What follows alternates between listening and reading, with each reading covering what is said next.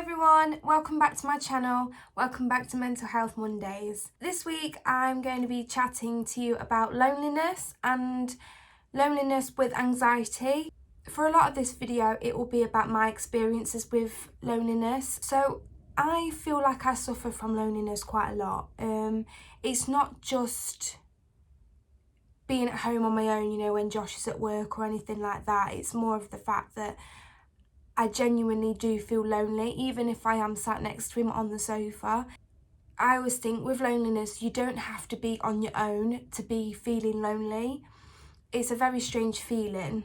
I feel like I spend a lot of my time planning things with people and then cancelling last minute, or trying to make up some sort of excuse because I don't want to do that, and I feel like I'm scared of going out and doing things. It leads me to staying at home, sitting on my own in complete silence the majority of the time. It's kind of like a sort of pit that I've got myself into in my head, that I kind of feel, even though I know I've got people around me that love me and I can spend time with, and I can't get myself out of that feeling of I feel like I am on my own. Wrote down some signs that you are, if you're feeling lonely, then it might be a part of your anxiety, or it might be a sign that you have got anxiety. Cancelling plans. So this is one that I struggle with quite often.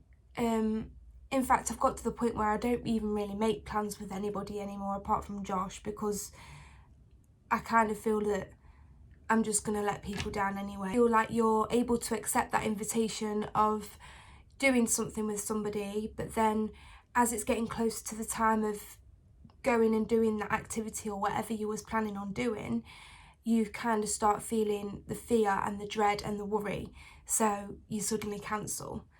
And then obviously it leads to loneliness. You start feeling lonely because you're not doing things with people anymore, you're not making friends, you're not doing anything with the current friends that you've got, and you kind of get yourself into this pit that I've got myself into. Feeling pressured and tormented by the fear and worry.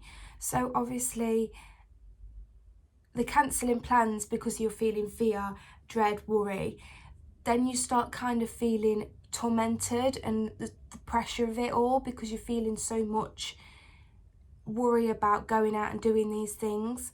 But then you also get a feeling of guilt because you're not socialising with your friends or your family or anything. It starts making you feel like you're going to be spending a lot more time on your own, not getting out there and doing things with people as much as you'd like to. Kind of feeling constantly tired, fatigue, and kind of getting to that feeling of like I feel lazy now. I feel like I'm at the stage myself.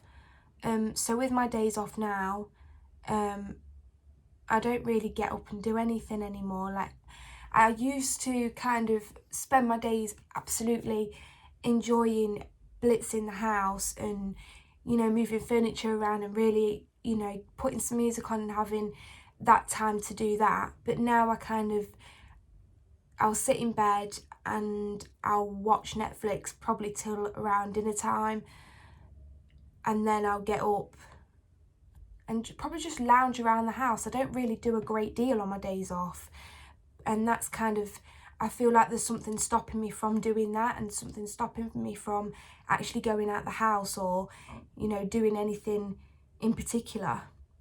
So comparison. So this can be things like comparing yourself to people on social media, comparing yourself to friends that you may have, comparing anybody really. It's not great for your self-esteem at all.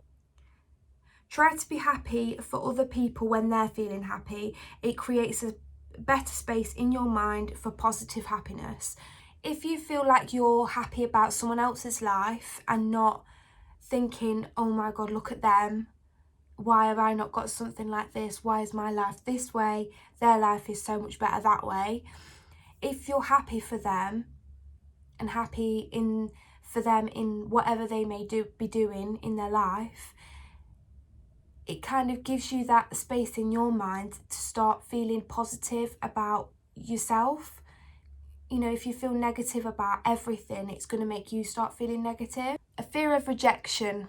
So obviously, going back to my last video, so I kind of feel this is a huge one for me, as well, as I spoke about in my previous video.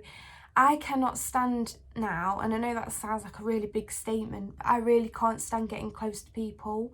I feel like I've been rejected so much in the past and lost so many friends for not really a lot of reason. It hurts, you know, and it makes you feel like you don't want to get attached to anybody in the future because they're just going to let you down. And obviously, with having this feeling that I've got now, with, you know, rejection and everything like that, obviously I kind of feel that it pushes people away from me. So I do struggle with it, to be honest, because now with all that, it makes me feel a lot more lonely, that I can't reach out to certain people and try and get those friendships back, or try and make new friendships, because I'm scared of getting hurt in the future. Having a change of your personality. So you can start feeling irritable and short-tempered and snappy with it. I get this quite a lot as well. This is why I wrote them down, because I feel like a lot of them kind of relate to me in a way. So I can start feeling quite irritable in certain situations, and I can get quite snappy, and I do feel like that it makes me feel like I'm struggling to be around other people and struggle to engage with other people in different situations. Obviously, then I kind of feel that people might want to avoid me in the future because of that. It kind of makes me feel like I'm going to get left out, or I'm going to get ignored. So it kind of scares me and it sets me back in a way. The thing is with loneliness, it's such a scary thing, because obviously you can feel so lonely even though you're surrounded by so many people. It's something that you can't, you know, take control of in a situation. You know, you can't. It's kind of a feeling which is really hard to get yourself out of, especially with all those, you know, signs and symptoms of feeling lonely with anxiety. I kind of crave those really healthy relationships, but obviously I want them to make me feel at ease, and I want to feel comfortable with them. And, you know, I kind of feel like it would take me so long to be able to get that trust with somebody, and to get that person I feel like I can really rely on. Your brain kind of goes into like a fight or flight situation to just protect yourself from feeling vulnerable and feeling humiliated in certain situations, you know. And that's why I feel so lonely sometimes, because I'm scared of, you know, making that step and then being humiliated about it, or feeling that I shouldn't have done that. Oh my gosh, now I'm 10 steps back instead of 10 steps forward. Every difficult path that you've gone down in the past or currently going down, it kind of, in a way, it kind of gets you there and pushes you to be that stronger person. It just takes time. So how to deal with loneliness? Find a hobby. I've put on here my little hobby that I've obviously started doing, and that is YouTube. The past couple of days where I have been off, yes, I have stayed in bed for quite a while. However, I have got up and I have put my makeup on, I've done my hair, I've got dressed, and I've wrote out a plan for my YouTube videos, and I've recorded them. And it has actually given me something to focus on, and I am really enjoying it, and it's given me a purpose of something to do, because I feel that I can't really open up with people about my mental health, my anxiety, and the way I am. So obviously I like to be open and honest by talking to the camera and putting it online. I feel like it's nice for me, because I feel like people can actually see me for who I am. Reach out to loved ones, maybe people that you haven't spoken to in a while. This is something that I would quite like to do. I feel like I do want to start speaking to more people and engaging in nice conversations with people, even if it's just through Facebook or text or anything like that. I'm not really a phone call kind of person. I'd rather speak on a text. I'm not very good at speaking over the phone. Get yourself out of the house. So this is another one that I need to try and conquer when I'm off. I could probably count on my hand the amount of times that I have been out of the house on my own since living here. I don't really, that's the big thing for me. I feel scared of, you know, going and doing certain things on my own. But obviously, if you've got a dog or if you live near some local shops or anything like that, take your dog for a walk around the block, or just nip to the shop and get yourself something to eat, or whatever you feel comfortable doing, and set the boundaries. And, you know, maybe the next time you're off or the next time you're feeling lonely again, go a little bit further. Get a pet. So obviously this is probably the more expensive way of dealing with your loneliness. However, I've got 2 dogs, so obviously I've got Hugo and I've got Mabel. We've had Hugo since he was a puppy and he's 4 now. We've got Mabel and she's nearly a year old. I feel like having a dog or having a pet in general is just so good for your mental health and your well-being. It just gives you that little bit of purpose, something to look after and something that is there with you all the time, especially when you're at home on your own. Join a new class or a group. Everything on this list is kind of things that I really want to do and I need to conquer myself. Anything that is of interest that you kind of feel like, I really want to try this new activity, or, you know, maybe I just want to have a look and see if I would like it or not. Maybe try and get into something new.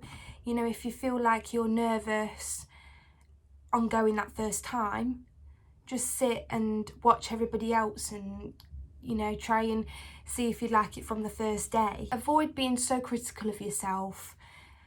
This is something I do on a daily basis, probably hourly basis, to be quite honest.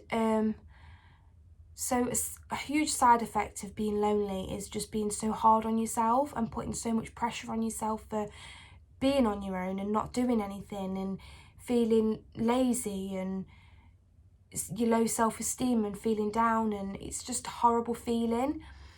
But obviously telling yourself that no one wants to be around this because of your certain traits, it's not doing anything positive for yourself. It's not helping the situation.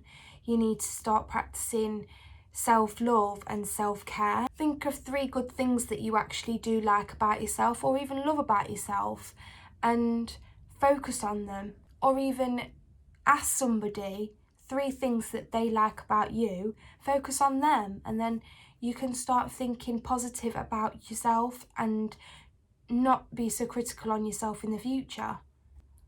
That's it though, guys. That's my video on loneliness and how I'm going to try and deal with it. I hope it's helped and I really hope you're all well, and thank you all for watching.